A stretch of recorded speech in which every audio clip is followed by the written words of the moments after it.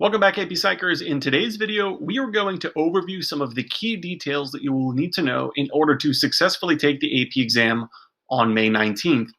The first thing that I want to bring your attention to, as you can see here on the screen, is that 2 days before the exam, you will receive what is called the AP exam e-ticket. This digital code is personalized for you and isn't transferable. This specific code will be used to enter into the exam on testing day. So make sure you check your email 2 days before the exam and have this number written down somewhere so you don't have to run all over the place on the day of the exam on May 19th trying to figure this out. It would be worthwhile to visit myap.collegeboard.org to ensure that your student account has an appropriate email address that you actively check to ensure that you will in fact receive your AP exam ticket ahead of the testing date. I've referenced it, but as you know, the AP Psychology exam is going to occur on Tuesday, May 19th. In the Eastern time zone, we will be taking it at 2 p.m. I plan on conducting a Google Meet on Monday, the 18th, virtually all day, as long as people are willing to join. I'm willing to be on from 9 a.m. to midnight if people are actually willing to study that day. And then on Tuesday, May 19th, the actual day of the exam, I plan on also being on Google Meet for the majority of the morning, maybe logging off an hour before the test to ensure that you can actually sit down and get your browser ready, get your materials ready. But ensure before May 19th you actually have your code and everything ahead of time. In terms of the exam itself, there's a few things that I want you to take a note of that I think are particularly important. This information can be found on the AP exam day checklist. This was provided to you via email, but I will attach a file to this announcement. In the AP exam day checklist, it asks you to go onto myap.collegeboard.org and identify your 8-character AP ID. This is different than the exam ticket, which you will be provided 2 days before the exam. You can access your 8-character ID at any point.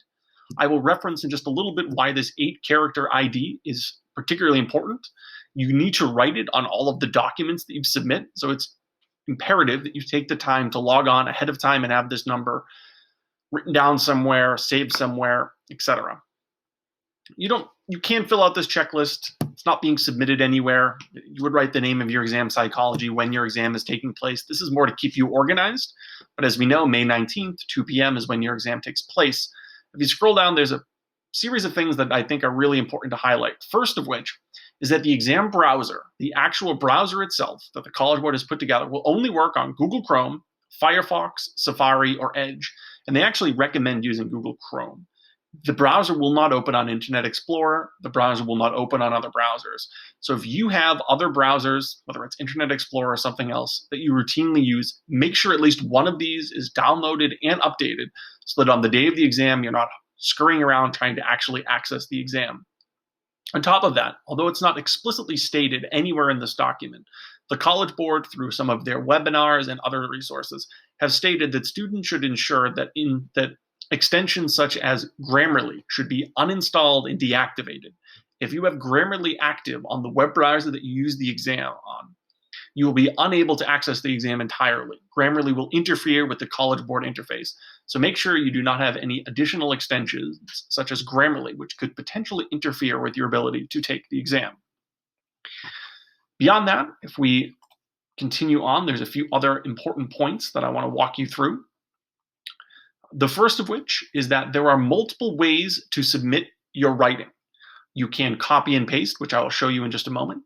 You can attach a typed response, such as a Word doc, or you can handwrite, a method that I will have a difficult time explaining, but I will be able to show you at least where to find information about this. So I'm going to walk you through how to do this. If you were to visit the exam day checklist, you will notice that on the checklist, it recommends visiting cb.org/apdemo. I'm going to visit this with you right now, and I'm going to show you what happens when you type this in. This is something that I recommend doing ahead of time. You can simply type in the word practice right now if you want. On the day of the actual AP exam, this is where you would type your AP ID. From this point, you need to input some personal information. This isn't my birthday, but I'll type it in anyway. I'm taking this exam from home, as you will. You can agree, or you have to agree to the bottom one. If you do not grant the College Board rights to submit your work as an example answer, that's totally fine. That's totally up to you. You can do whatever you want in terms of that. Once you do that, you will begin the next page. And at the very bottom of the page, you will notice a timer that indicates when the exam will start. On the day of the actual AP exam, this will count down to 2 p.m. As you can see, I'm actually creating this video a little bit late at night. So it's currently about 10:59 p.m. It gives you a 5-minute timer to kind of give you an example of what this pre-exam interface looks like, which I think worth experiencing. And in this interface, it explains the methods in which you could submit a response. You have attach a file, attach a photo, and then copy and paste. It is my personal opinion that the copy and paste option is the easiest and quickest manner. I will explain why and show you how to do that in just a moment. But there is also attach a photo and then attach a file. I'm going to start with attach a photo. If you were actually to attach a photo, you would take a picture like so. I want you to note, and this is something I'm going to reference in a moment, at the top left corner of this picture is the AP ID, your individual AP ID that you can access today, right now. This is not your ticket information. And then the initials of the author. The student then wrote their response, as you can clearly see here. They numbered it number 1, and then they progressed into another piece of paper as they needed. All of these student examples follow that, where you have the AP ID, it's 8 digits / numbers, the initials, and then the clear written response with the number indicated in the corner. If you were to choose to handwrite your response, which is okay, you can use as many pieces of paper as you want. What I think is imperative, though, is to, ahead of time, organize as many pieces of paper as you need. I think the max is something like 3 or 5. I can get back to you on that. But there's really no likelihood that on one question you would need more than 3 pieces of paper. But you would, at the very top, start with the code and your initials. I think you should do that ahead of time. I think you should, before the exam even starts, have pieces of paper lined out in front of you, whether it's pieces of paper like this, which are the white lined. You also can use blank computer paper, as you see here. You would then write your response on the pieces of paper. So you can attach up to 5 photos. What's important is that one picture would be of one piece of paper. So if you were to actually use, let's say, 3 pieces of paper, you would need to take 3 separate photos, and you would need to number each of them as indicated here. I won't be able to show you this submit component until just a little bit. When I am able to show that to you, I will explain why it says here, do not hit submit. Actually wait to attach all of your files. And ideally in order, it asks you to do it in order. And make sure they're vertical orientation, not horizontal. Make sure it's legible. That's also very important. If they can't read your work, they won't be able to score it. This might sound weird because it's a standardized test that's not being scored by a Scantron, but they actually still want you to use a number 2 pencil, and they still want you to use blue or black ink. That would have been the case if you took the AP exam at school. But nevertheless, still make sure that you have those types of utensils accessible if you were to use this type of testing method. I think it would be easier to use this method if you planned on using your phone as the primary technology, meaning you have the question out in front of you, and then you handwrite, you take a picture, and you easily upload from your phone.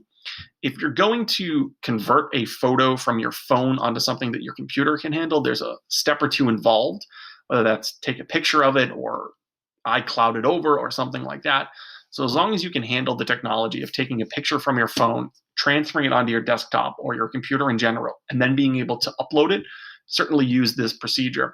If this is something that you're not as comfortable with, then that's something that you can consider and then perhaps pick a different option.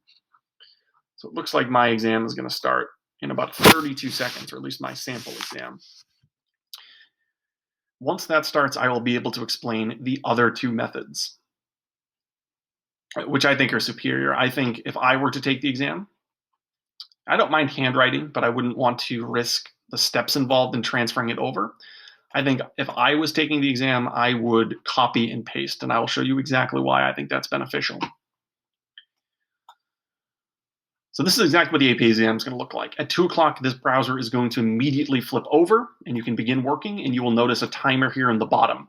On your very first question, this is going to say 30 minutes. The reason it's going to say 30 minutes is that they plan on 25 minutes of writing, 5 minutes for your uploading, and they've put it all within that first 30 minutes. technically you can write for 27 minutes, 28 minutes, but the closer you get to 30, the bigger the risk is, meaning you are risking not being able to actually upload. But you'll notice in this sort of gray box, the question. This is just a sample. It doesn't actually include an actual question, but it has what the question text would be. And then down here, it gives you your options. You can either attach a response or paste a response. If you were to attach a response, you would be able to attach either a text file or a photo. Of course, if you were to actually have written one like this, you would attach a photo. And you have to upload these one at a time, which I think is actually a little inconvenient. But upload sample number 1. You would notice right here, it then says upload sample. Do not hit submit. This is important. You hit submit, that's it. You've submitted your test. But let's say it took you 2, maybe even 3 pieces of paper. So you were able to successfully transfer from your phone onto your computer. And now you've uploaded all 3 of your pictures. You can then hit submit if you're confident. If you're going to instead attach a file, it can be a little bit different. I'm going to go back though and show you sort of the question. If I was taking the exam, I would set my window up like this. I would make the window with the question half the size of my screen, as you see here. And then I would have already predetermined ahead of time files ready to go. AP question 1. I have my pretend AP number. I don't have an AP number, at least not anymore. Then my initials. And then this is the location in which I would write. Maybe the first question is, how would you achieve random assignment? Random assignment can be achieved through random group generator. Maybe the second question is operationally define the dependent variable. The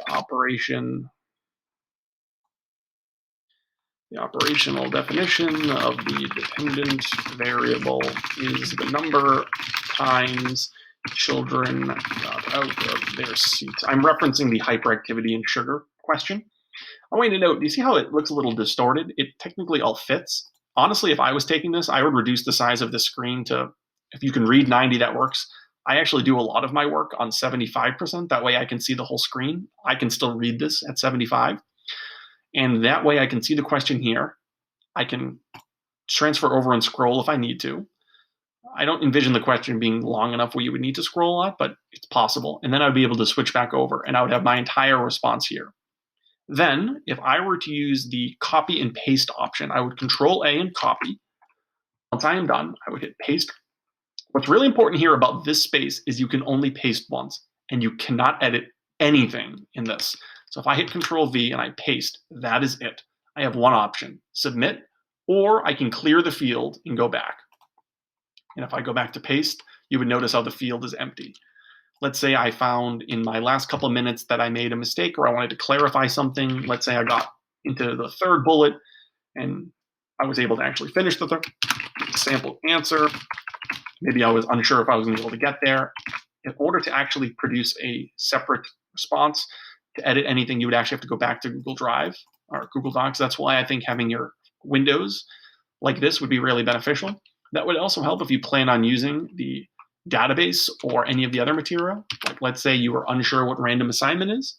As I've showed you, if you use Control F, it opens up this and you can type in random assignment.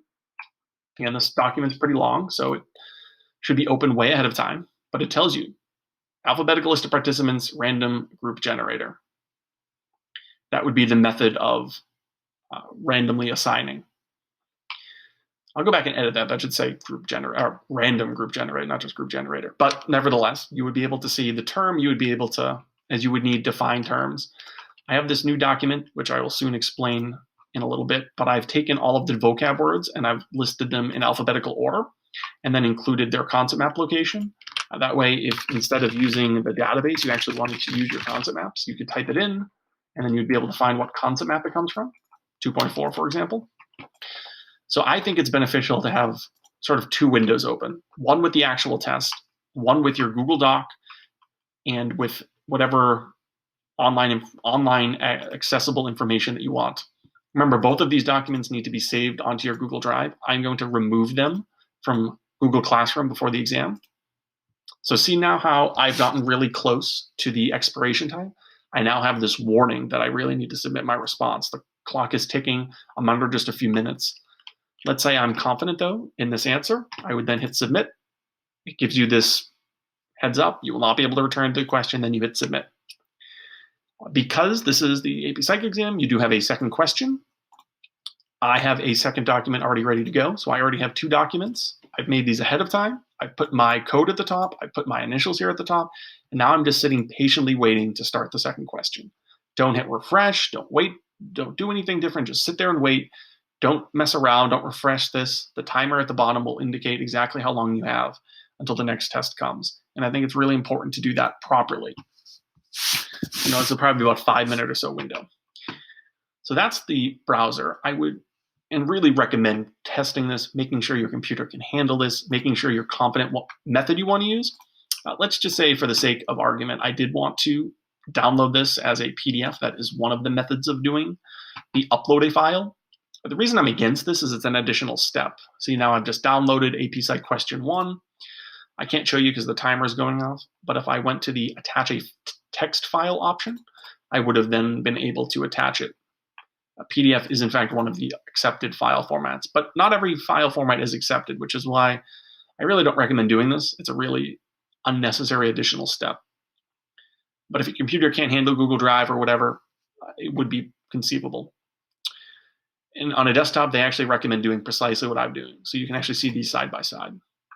So beyond the browser, beyond the recommendations in terms of uploading, there are just a couple more points that I want to identify in order to ensure that you are ready to go on the day of the test. So the next thing is on page 31. So as you know, class notes and study guides and all in-class material is fair game. It's an open note exam. You can use any of that material, but I want you to take keen awareness of this point right here. Shared study notes need to be downloaded ahead of time. I made this point in the previous video about that database, but that database is going to be removed from Google Classroom before the exam.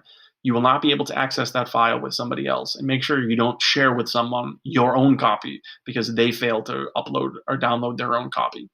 Make sure that you were the only person looking at that. They are making a lot of attempts and efforts to ensure that cheating doesn't occur, and they are going to alert colleges of cheating attempts. They have already identified people who have not even cheated yet. They plan on cheating. They've already gone through the steps of getting those individuals. So make sure you are not even considering doing anything that's even remotely close to plagiarism. And they're going to scan for plagiarism. Copying notes is one thing. That's okay. That's fine. But make sure you're not Googling these questions. You really are going to go down a rabbit hole if you try to Google these types of things, because you might end up in an arena, whether it's Reddit or a forum, where students are simultaneously talking about the exam. And even your presence in that through IP addresses and whatnot could result in a testing infraction. So make sure if you're attempting to receive help, there are very sophisticated technologies in place to catch cheaters. Make sure you're doing everything on your own. You're not phoning a friend, you're not group chatting, you're not doing anything like that. You are working with your own material, whether it's my database, your concept maps, etc. And students who are found violating exam security, their names will be reported to the colleges in which you have applied to and which you've been accepted to, and your scores will be canceled. And you certainly don't want to make that mistake this close to your graduation, really on the precipice of going off into college. If you have any questions about any of the things that I discussed in this video, we certainly still have a couple of weeks. Some of you will actually take exams between now and the end of May. So you will have a few exams under your belt before the AP Psych exam. If you do not fall into that category, again, if any of these questions or any of these points are confusing, make sure you get in touch with me so that on the day of the exam, you are as confident as possible, not only in the material, but in the actual steps involved in taking the exam.